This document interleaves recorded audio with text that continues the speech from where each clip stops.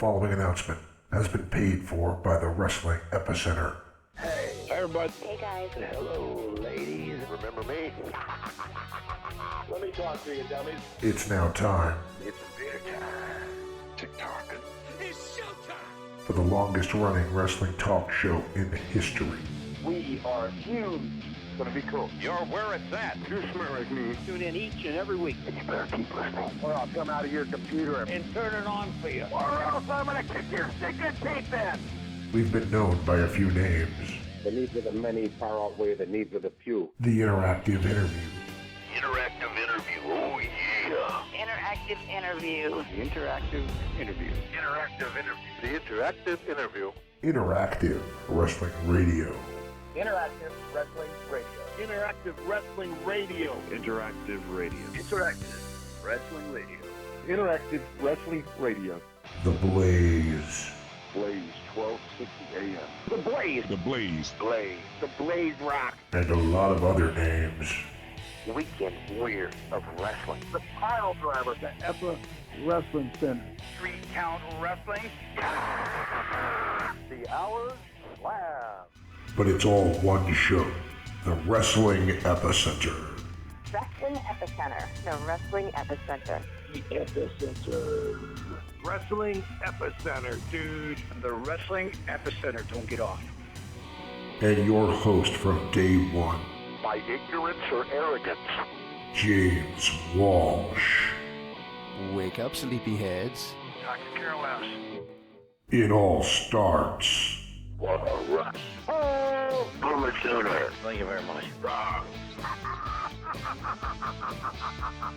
I got 2 words for you. Thumbs down. Breaking necks and cashing checks.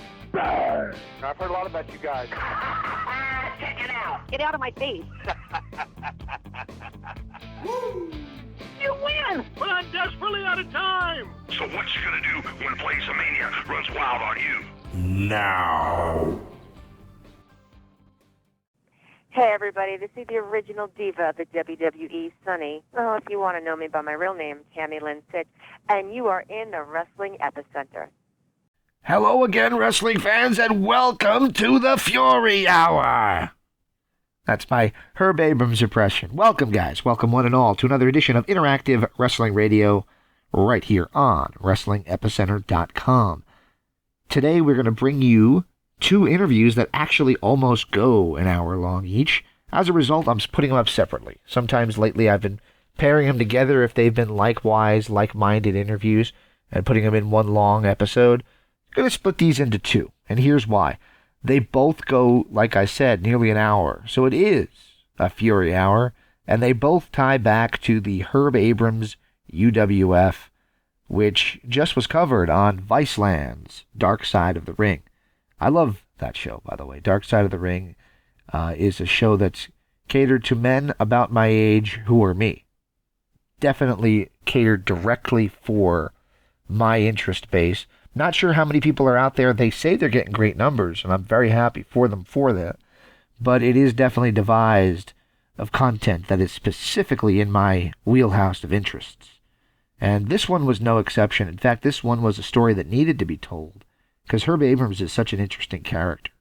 Here's a guy who has all the quirks of Vince McMahon and had some of that success in the early 90s. People forget how big UWF got and how much attention there was towards it because they did pay-per-view. They were on Sports Channel. Sports Channel was basically ESPN2, for lack of a better way of putting it. You know, there was ESPN and there was Sports Channel. Those were where you found your sports. And then, of course, MSG Network was another, but I digress. That might have been more in just my area, the New York, New Jersey area. Anyway, our 2 guests. First things first, he worked in the WWF as Sandy Beach. He was in the movie No Holds Barred, in the UWF, and in the WWF as well. He was our guest of this week. Sonny Beach joins us, one half of Wet n' Wild with Stevie Ray. Not Suckers Gots to Know Stevie Ray, but Stevie Ray, the Wild Thing. We also got, also from the WWF and the UWF, he is now a sportscaster who does work with the Miami Marlins as well as other Miami-based sports teams down in Southern Florida. He was in wrestling as Craig DeGeorge, and this is a really good interview with him. Loved both interviews, as a matter of fact. Both are epic, just great content in both interviews. I think you guys are going to enjoy it. So whichever one you're tuning into here at the Wrestling Epicenter, I hope you enjoy. I invite you to check out our store, WrestlingEpicenter.com/Zen. Namaste, everybody. That's just the name of the program we're using. That's why it's Zen. So click the store button on WrestlingEpicenter.com and you will be whisked away to our WrestlingEpicenter.com online merchandise store with a lot of great DVDs, action figures, t-shirts, and more. Check it out at WrestlingEpicenter.com/Zen, or just click that store button on WrestlingEpicenter.com. I want to apologize, by the way, guys, for two different things. First, on the Sunny Beach episode, you might notice that I sound like I'm on the phone as well. That's because our audio equipment was not working. And the second thing is, I got the name wrong. I told a story to Craig DeGeorge before we started that when we interviewed Chris DeJoseph a couple years ago to promote Lucha Underground, who, by the way, is back with the WWE now, Chris DeJoseph, I said to him, for some reason I had it stuck in my head that I was going to call him Craig DeGeorge, and I did not. But I told Craig that story before we started recording, and then, of course, I called him Chris in the intro. So what can you do? I'm going to blame the fact that I had an inner ear infection. In fact, I still do, and I'm on antibiotics. And I'm one of those guys, I don't drink, I don't take drugs, I don't do nothing. I am the un-Herb Abrams, and by doing that, I have the quirks of him just naturally, not related to drugs. Anyway, that might have thrown me off my game, so my apologies if you don't like the audio quality of me on the Sunny Beach interview, and my apologies as well if you noticed that I was a little off my game with names while speaking to the great Craig DeGeorge. Hope you guys enjoy this interview right here on WrestlingEpicenter.com. Check out our store. Check out our archives for all those great interviews with other UWF names of the past, including the great Bruno Sammartino, the great Mick Foley, Lisa Moretti, and so many others. Superfly Jimmy Snuka, Ivan Koloff, a lot of guys that were in the UWF are in our archive section with great interviews talking about those golden days. It's time for the Fury Hour, the hour-long interviews. Didn't mean for them to be so long, but I think you guys are going to like them. Let's get started, and thank you again for tuning in right here on WrestlingEpicenter.com.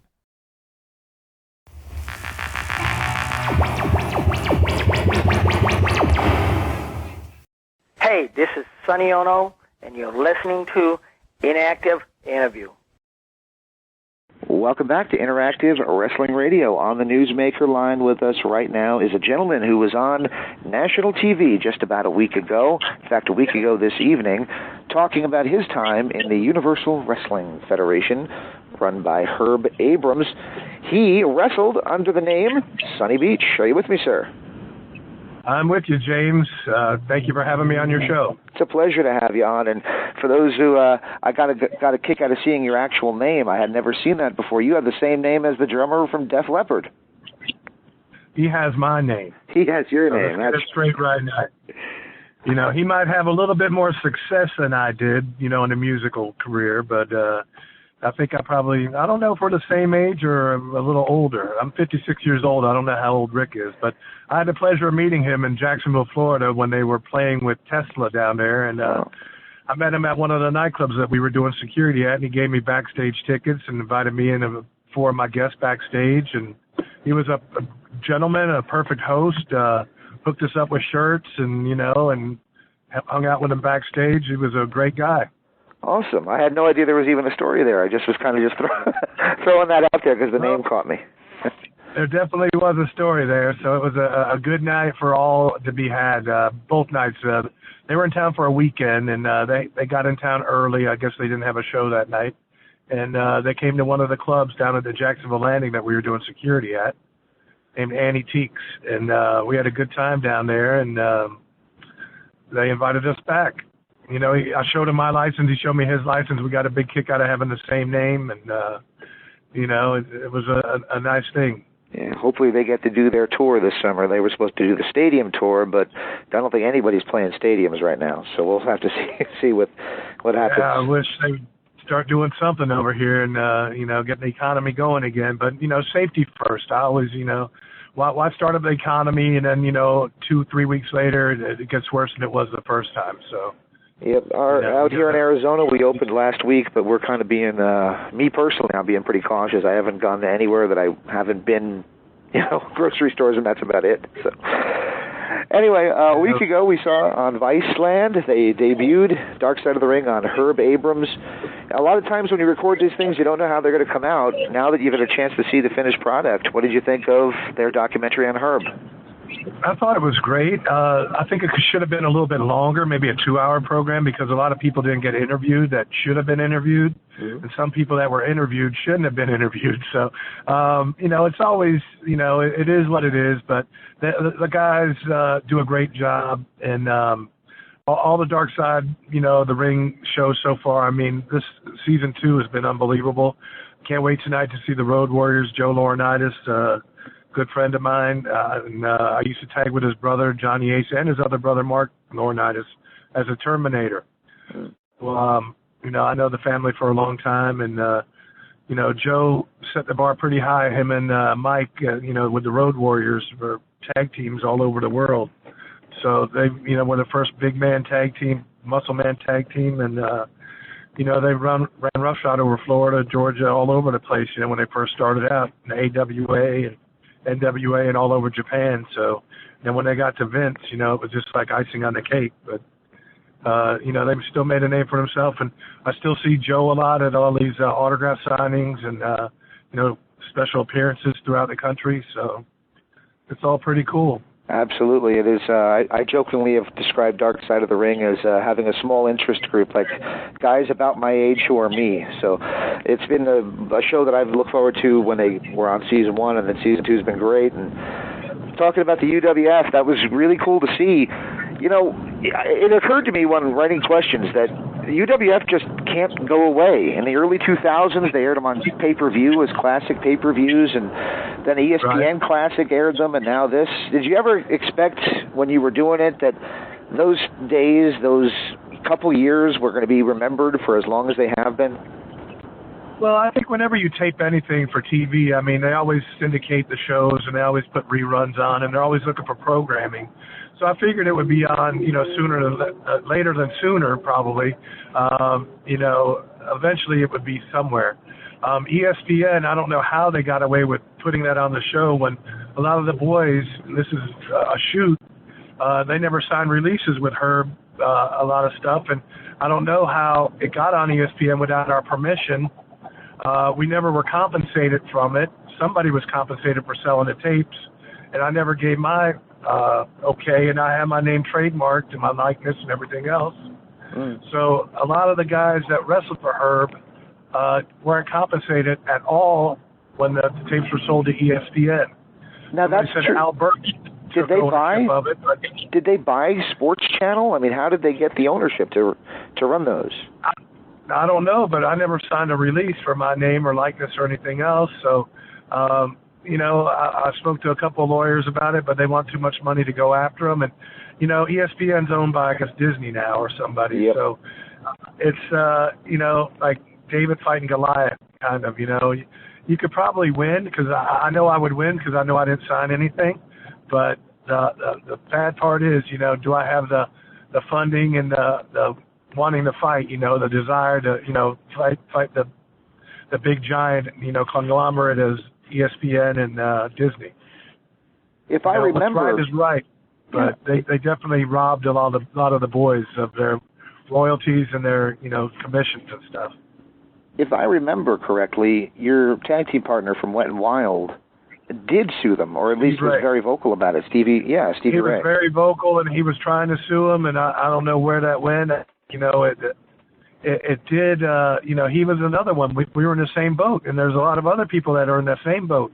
But these lawyers, they just want too much money to go after, these big companies. But in the long run, I think we would prevail, definitely, because I know that I didn't sign anything to release my likeness. Wow. same thing like when we went to Global TV, Herb claimed that, he had us as Wet and Wild under contract. We weren't under contract with Herb at the time.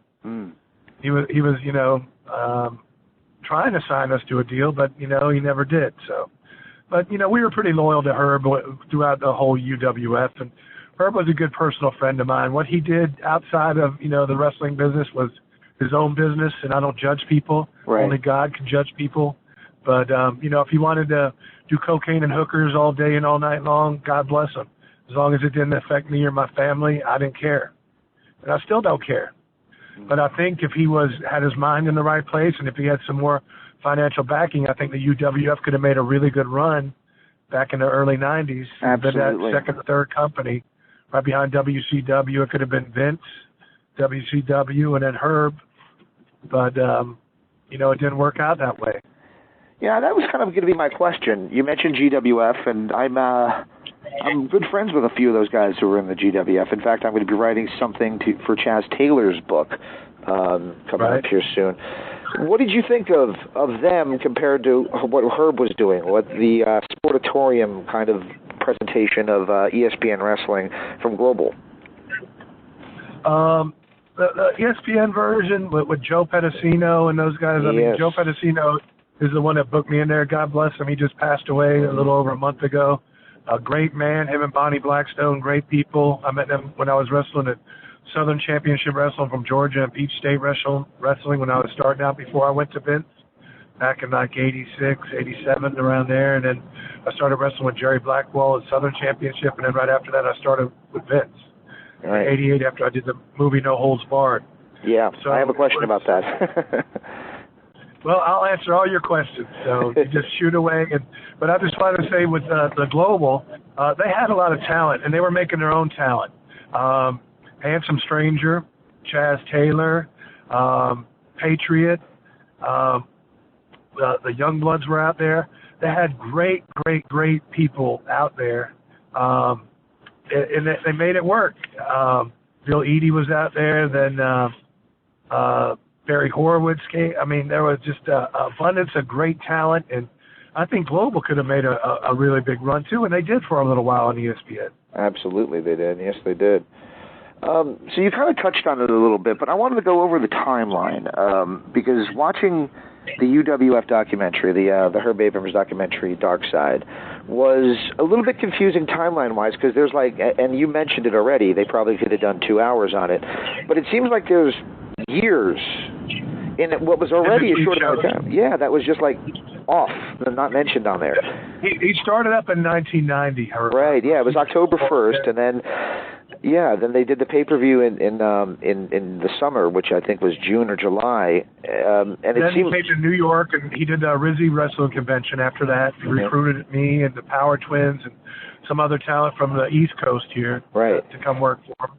And then he rushed into the pay-per-view because I guess everybody was telling him, you got to do a pay-per-view, And, he didn't have the back office in place at the time that he was doing all this stuff.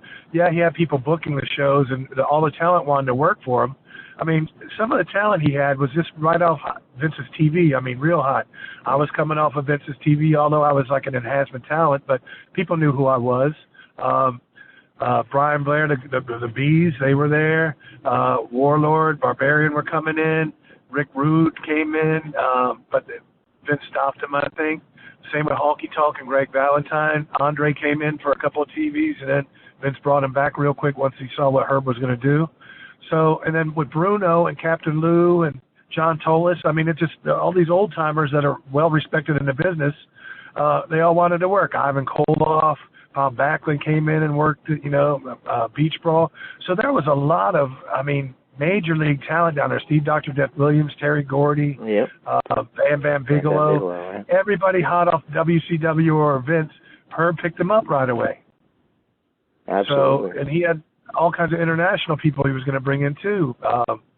But, it worked out. It didn't work out, because of not the politics, but, what Herb was doing behind the scenes. And then when the money wasn't there to back up the shows and to produce the shows and to film the shows properly.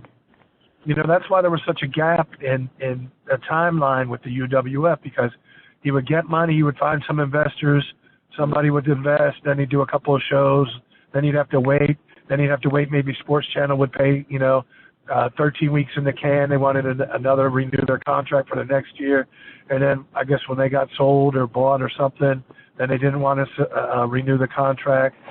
So there was all kinds of, behind-the-scenes stuff that a lot of people didn't know about it. They didn't really touch a lot on, which maybe some of the people from Sports Channel should have been interviewed on Dark Side, too. Yeah. Brian Rico, maybe Craig DeGeorge, some of the commentators.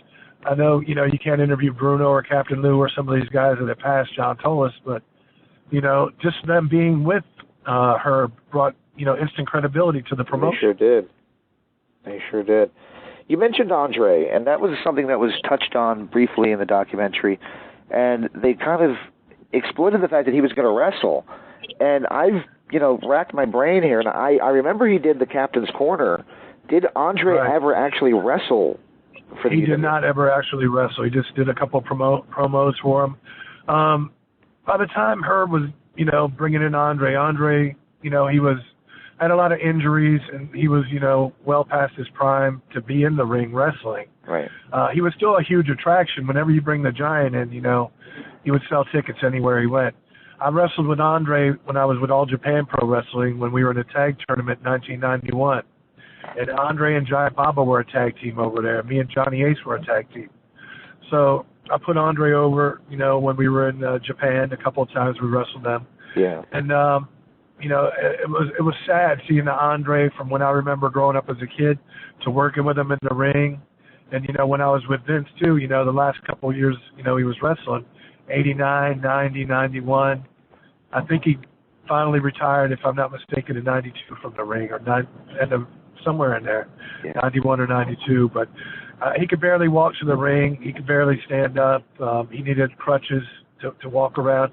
He was in a lot of pain, and people didn't know that. But I knew that. I tried to make it as comfortable and easy as possible when I was in the ring with him. And still make him, look, as big and bad as he used to be. So, Andre could have helped out just his name alone and just showing up at these events as a ambassador of UWF. He could have definitely helped sell tickets, and just his name alone, or he could have been a commissioner, or he could have been whatever he wanted to be, with Bruno or something. Spokesperson, do special events, help promote it and help hype up the UWF. You bring him to a meeting, you guaranteed to, be talked about, press conferences, promotions. So, if they would have used Andre the right way, and if, he would have committed, or if Vince would have brought him back, I think, that could have really set the UWF apart from some of the other leagues. I agree. And I watched the video. I did my research going into the interview, and I saw you mentioned in a video where I think you got a chance to spit out maybe 2 sentences, and Tony Atlas talked the rest of the time.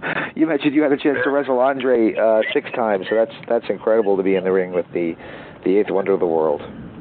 Yeah, I was in a couple battle royals with them, and and it's always fun to be in there with the boys' battle royals and stuff. And you usually wrestle an early match, and everybody goes back at the end for the battle royal, so it's fun. And Tony Atlas, we did the Monty and Farrell show, and then we did the big event over here at LaGuardia Airport at LaGuardia Hotel about 6 months ago, and me and Tony were signers for Monty and Farrell. And we did a radio show afterwards, and Tony's good people too. Tony's been all over the world. Tony's had a lot of big pushes, not only with Vince, championship wrestling from Georgia. Him and Tommy Rich were 2 of the hottest baby faces in Georgia at one time, and and then he brought him up when he was working with Vince, and him and Rocky Johnson, first black tag team, WWF, and Tony's another guy. Maybe I should do a story about Tony, Dark Side of the Ring, because he's had his ups and downs, and he's still, Tony was homeless at certain points in his career. Tony's, married, divorced a few times, and, and he's owned gyms and, properties, and he's lost stuff, and he's still coming out and, doing his thing, and, he's still got a good attitude towards the business when others would have been very bitter. Right, one of the happiest guys I ever interviewed. He was making jokes from the second he picked up the phone. So definitely. He's a great artist. He paints. He just painted me a really nice picture for my gym. I have a a gym in the basement of my office, nice workout facility for my employees to work out in. And Tony painted me a really nice picture after he went home. We worked out in the gym. He sent me one in the mail, and I really appreciate it. Autographed it. I put it right up. I framed it. It's hanging up at my gym, and he's an excellent artist. Excellent. All right, so I mentioned the word timeline a little earlier, and I'm going to jump around a little bit on the timeline. You mentioned No Holds Barred, and the reason I'm mentioning it now is because you mentioned autographed things, and I actually have a poster of No Holds Barred hung in the office, signed by Hulk and Zeus, and I thought that was kind of cool. So I wanted to ask you, what was that experience like, taking part in No Holds Barred? Oh, it was great. I was wrestling for Southern Championship Wrestling, and they got in touch with me, and it was funny. Pat Patterson called me up, and he goes, is this, back then I was called Sandy Beach. Mm-hmm. So he goes, is this Sandy Beach? You know, with his Montreal accent, his French accent. And I said, yes, who's calling? He goes, this is Pat Patterson. And I said, yeah, right. I thought somebody was ribbing me. Everybody said, yeah, you get a call from Pat, So I said, okay. So I said, yeah, how you doing, Pat? And he goes, yeah, we'd like you to be in a movie that we're going to be filming with Hulk Hogan called No Holds Barred in Atlanta. What's your schedule like for June? I said, well, I'm going through the police academy now here in Jacksonville, Florida. I'm going to be a policeman. I said, but maybe I could get out. I said, I should be graduating, and I got a couple of weeks, about a month before I get assigned my post and everything. So he said, well, if you want to come film it, I said, yeah, I'd love to. Then I said, this isn't Pat Patterson. It's not bullshit. And he goes, hey, call me back if you don't believe me. So he gave me the Connecticut number to the office, his extension. And I called him right back, and I was so apologetic. I said, I'm so sorry, Pat. He goes, I thought somebody was rude. He goes, I get that a lot. He goes, don't worry, it's okay. So they sent me a plane ticket, first class up to Atlanta, and I did the movie No Holds Barred. Myself, Stan Hansen, Joe LeDuc, Pete Doherty, WWF was there, filming our scenes and stuff. I was the first fight scene with Joe LeDuc in the No Count Bar. We were called headbangers. I was a short headbanger, and Joe was a tall headbanger. And I was a foot taller than Joe, it looked like in the movie. But we had a really good scene. We filmed it in like 3 days. We were down there for like 5 days. They did wardrobe in 1 day. They did the hair, everything. And then we took some pictures and stuff. And when I was down there, we got to work out at Gold's Gym, me, Tiny Lister, Stan Hansen. I actually got Ray Lloyd Glacier, who would become Glacier later on. I got him into the wrestling business. I broke him in down in Valdosta, Georgia. He was playing football in Valdosta, and I was wrestling down there, going back and forth, Florida, Georgia, doing wherever I could wrestle. And this guy, Grady Odom, was doing a Georgia All-Star back at the time, filming TV in Valdosta, Georgia. And he had Alpha Sika would come in. Mike Jones, before he was Virgil, he was called the Terminator. He would come and shoot. Rodney, Yokozuna, back when he was like 15, 16 years old, would come wrestle. Tonga Kid. There was these guys called the Smurfs. That was a nice tag team. Snake Brown would come in from Georgia. Chick Donovan. A lot of Georgia people. Ted Oates, Jerry Oates. I think Big Bill Dromo wrestled with us. So we had a really, really good little base down there. And then we started going, Peach State Wrestling. Ben Masters started a promotion. I started working with him. But No Holds Barred, I got Ray in the movie, and he was an extra in my fight scene and stuff. And then 2-3 years after that, he went to the power plant, was discovered with WCW, and they gave him Kim McGlacier, so he had a good little run with that. And but I still keep in touch with Ray a lot. Stan Hansen, I spoke to him this morning. Oh, wow. Very good friend of mine. Stan and his wife Yumi come whenever they're in New York. They come stay at my house, and they're always welcome to my home. And I remain good friends with him. He got me booked in Japan back in the early 90s, 91 and 92. So, I'm very grateful with my relationship with Stan. Stan, this first one when we were filming No Holds Barred, took me to a Japanese restaurant, and I first tried sushi with Stan. So I love sushi now, and Stan's always treated me really great, almost like a big brother to me. I respect him. I respect all his work he's done in the ring. He's a god in Japan. I mean, you can't go anywhere without getting mugged and fouled up and down the streets. So I respect my friendship, with him and his family, and all he's done with me is mentored me in my wrestling career. So No Holds Barred was great to film. We filmed it, like I said, in 3 days, my fight scene with Joe the Duke. And then right after that, I got a booking sheet with WWF and started on the road with them in June of '88. You know, when you watch that movie back, what was the Battle of the Tough Guys? Such an awesome name. The guy who played the evil boss so much reminded me of Paul Heyman. And if you really think about it, it kind of resembled what ECW became in a way. So there's a lot of like foreshadowing the future in that movie in a weird way. It is. You know, they were way... You know, they were kind of like seeing into the future, you know, ECW, and they saw the No Holds Barred fighting and all that stuff. Funny story with ECW, I used to have a gym out in Deer Park, Long Island, where I would train some of the wrestlers. Mm-hmm. Myself, the Power Twins would train out there, Mikey Whipwreck when he was first starting out, Paul Loria, Mongo Vile, Sonny Blaze. Any wrestler from Long Island would train out there at the gym. Mm-hmm. So right after I closed down the gym because nobody was really paying the rent and I got tired of paying all the bills, ECW came out there and took over, you know, the House of Hardcore, whatever they called it. Mm-hmm. Yep. You know, they started taking out their Taz, and that whole crew of guys would come out there and train. So that was a pretty funny story, too. But, you know, Long Island is a hotbed. I live, you know, maybe 20, 25 minutes away from Mick Foley out here in Long Island. He lives out in St. James. I live in Northport. Mark LaMonaco used to live out here. So there's L.A. Glower, the Power Twins lived out here. They moved out to Las Vegas. So there's, you know, a lot of guys out here. Some of the current guys from WWF, a couple guys that just got released. They live out here. Yeah, so Zack Ryder, he did great. Ashley Monroe, God rest her soul, she lived out here in Smithtown, about 10 minutes from my house before she passed away. So, you know, Long Island's a pretty hotbed for, you know, WWF, and it's been for quite a number of years. Very cool.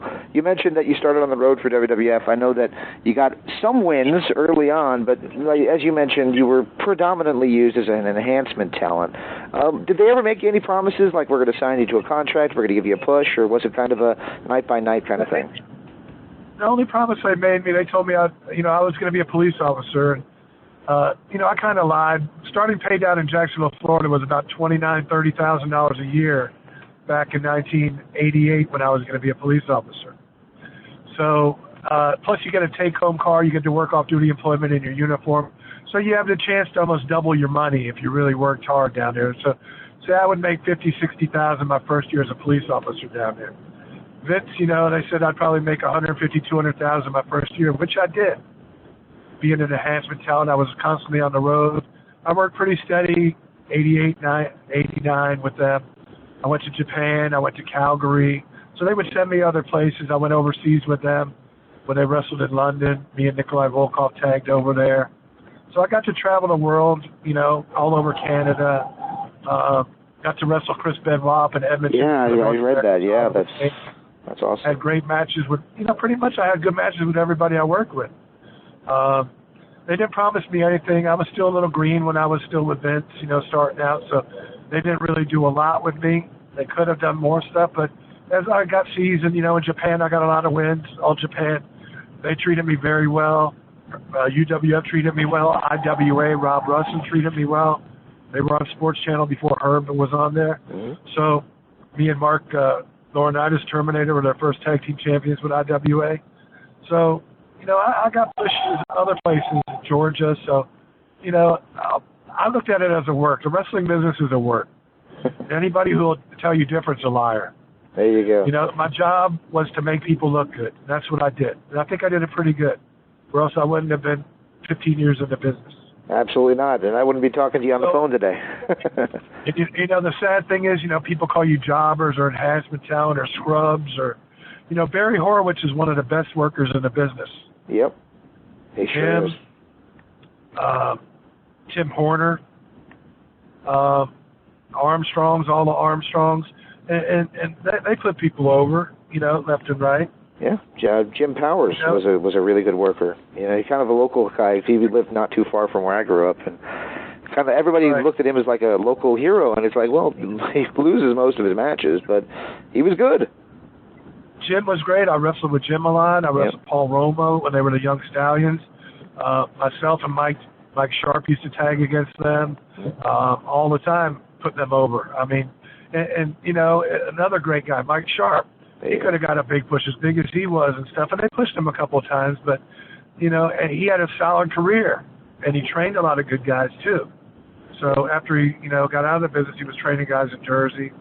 Then, you know, he passed away about, 5-6 years ago? Yes, sir. Another guy that left us way too soon. And, you know, the sad thing about it, our business is, you know, a lot of guys that were here today are gone tomorrow, and whether it was drugs, alcohol, car accidents, plane crashes, you know, our life on this earth is way too short, you know, in the wrestling business. Some suicides, you know, murders, as you've seen on Dark Side of the Ring. Yeah. You know, I wish they would show the good side of the ring or something. Some of the guys that have done good in the business, you know, made a good impact and name in the business.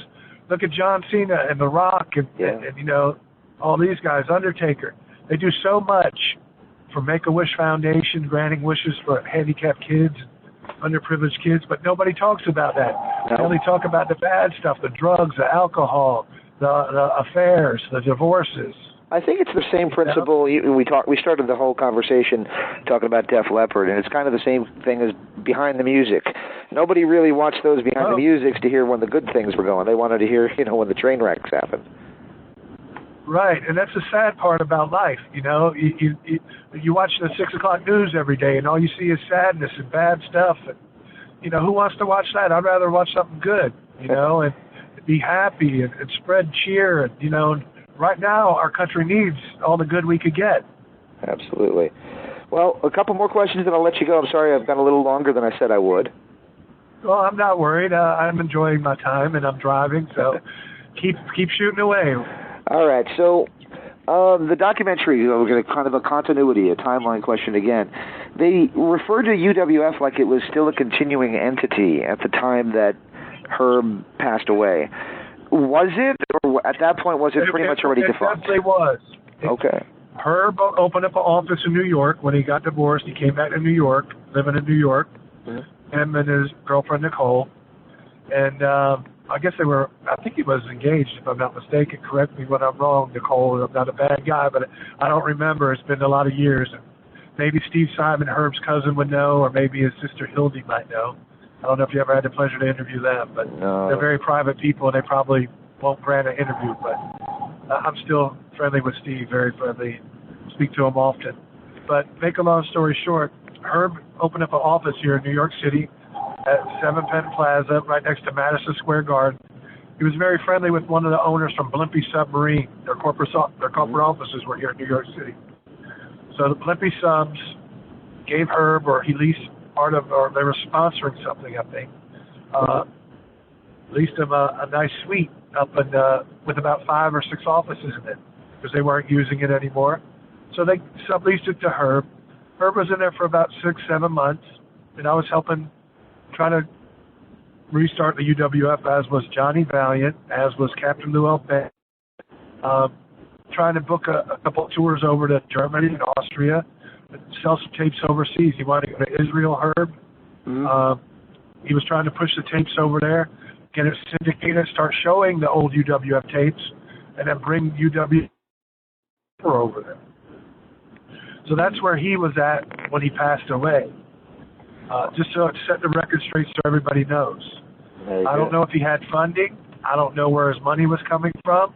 I don't know if he was living off royalties. I know he was selling some of the tapes to Germany, and I know he got some checks for it. So I know they were showing it over there. And I don't know if he was selling, DVDs and VHSs at the time to make money. But I know he had some money coming in. Awesome. And I was working in the office. He was paying me to be in the office. I had a full-time job too, and I was going back and forth when I could. I'd tell Herb, okay, I could give you this day or a couple hours here, a couple hours there. Work the weekends with him, work nights. So it all worked out pretty good.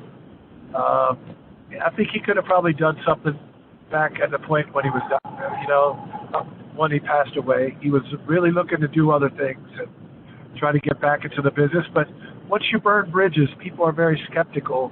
And a lot of people didn't want to work with Herb after he bounced checks to them, after he was partying, after, burn me once, burn me twice, 3 strikes you're out kind of deal. What a lot of guys were saying.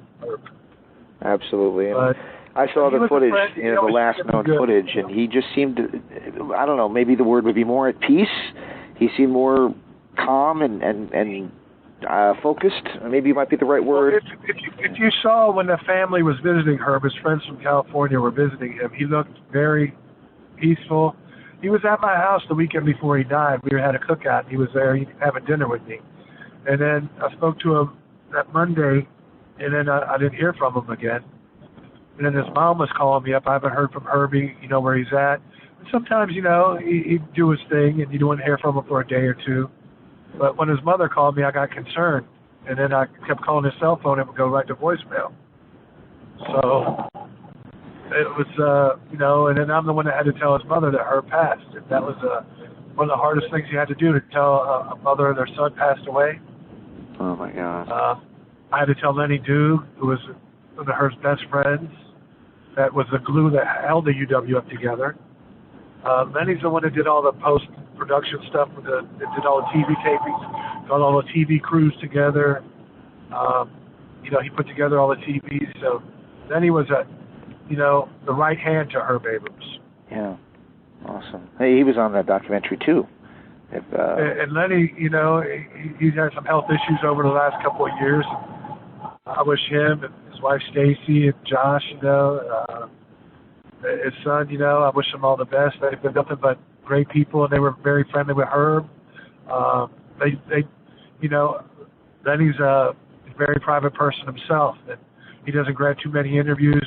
I had to really talk him into, Lenny can do whatever he wants, and he didn't have to do the interview, but I said, you need to tell a story the right way and try to, not make Herb look like such a monster that everybody else is making him look out to be. Yeah. Herb was very giving. He was he gave a lot. A lot of people don't know this, but Herb did a lot of stuff for charities too. And people don't know that. He did a lot of stuff. Long Island Children's Foundation, he made donations to them out here in Long Island. He helped give donations to buy handicapped vans. He helped put together a handicapped playground at a Captree Learning Center for disabled children. So that's some of the good stuff Herb Abrams done that nobody talks about. Yeah, and then I'll be honest with you, I did an interview with Lisa Moretti Ivory, who was there only for a couple cups of coffee, and she told the story about when Herb passed away, and it almost seemed at that point, and this was probably 15 years ago, like it was almost like a ha-ha situation. And I'm glad the documentary didn't go that way. It was more of a serious telling of the story of Herb Abrams, the good, the bad, and the in-between. I mean, there was a lot of in-between, and it's a gray area. Did he party? Yes. Did he do cocaine? Yes. Did he frequent hookers and ladies of the night or escorts, whatever you want to call them? So I don't get sued by Heidi Fleiss. I want to, say, the right verbiage. Yeah. And Herb was good friends with Heidi Fleiss, believe it or not. He probably, kept her going out there in California for a lot of years, or Vegas or wherever she was located. Yep. I think she was probably global throughout the United States. I'm a family man, so I don't know too much about that stuff. But, Herb did whatever Herb wanted to do. And I respect him for following his dream, for starting a wrestling promotion. He was a big fan. Bruno, Chief Jay Strongbow. Growing up, he loved going to the matches. Sunnyside Gardens, he grew up in Queens. So he used to go to a lot of matches. Ridgewood Grove, Sunnyside Gardens. Went to the Garden for the big shows. So Herb's been around a long time and was a fan of the business. And for him to start his own promotion and got as far as he did, and every wrestler wanted to work for him. They might say they didn't, but everybody was calling him, and I was in the office when they were calling, so I know who's who.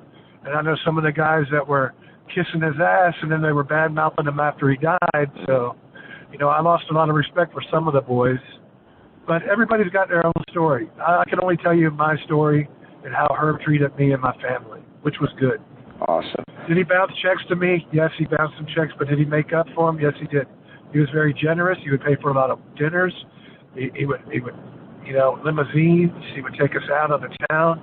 So when Herb had money, everybody had money. All right. You know?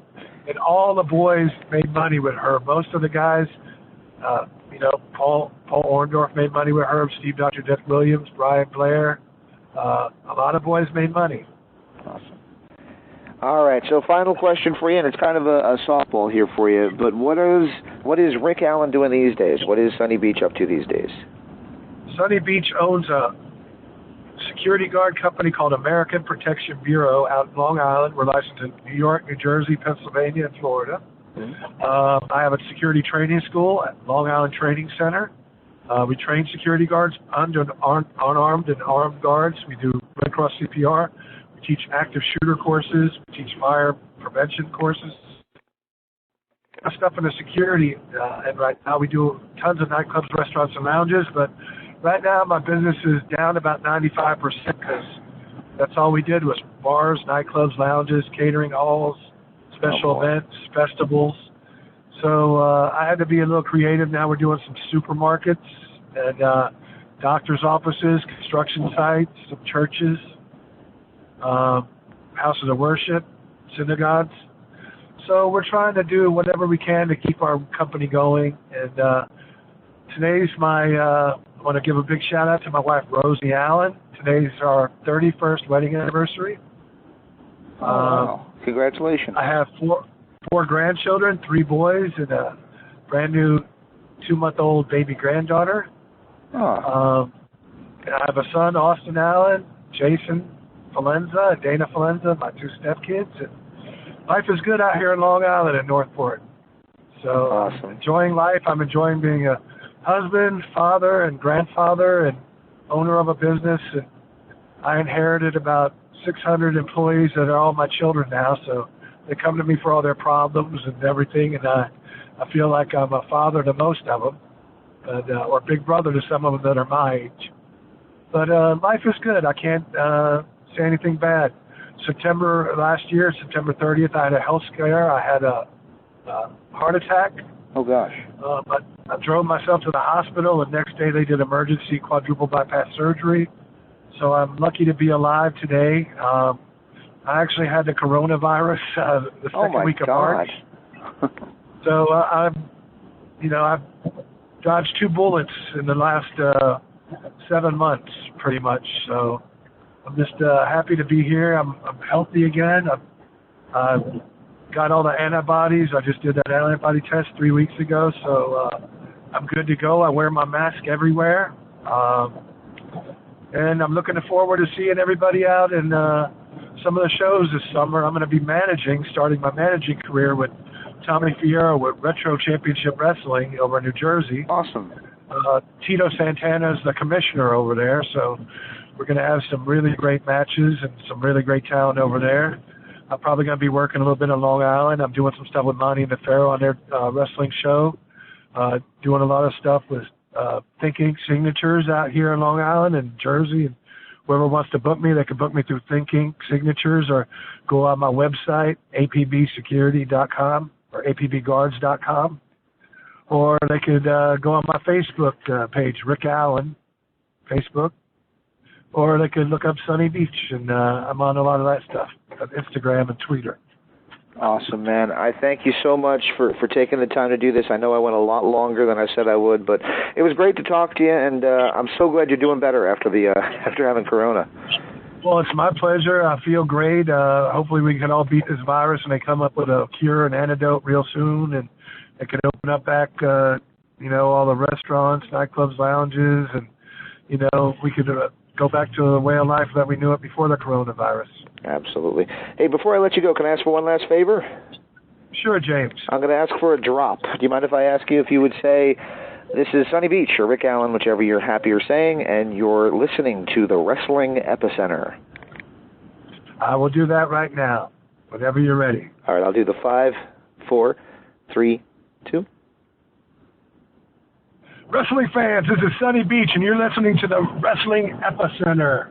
The preceding announcement was paid for by the Wrestling Epicenter. I'm listening, and if you like what you heard, I'm glad. If you didn't like what you heard, well, go fuck yourself. Most people done hung up on me. We had a lovely conversation. What a show. Ooh, mercy, daddy. On your radio dial. Don't hang up. Bye-bye.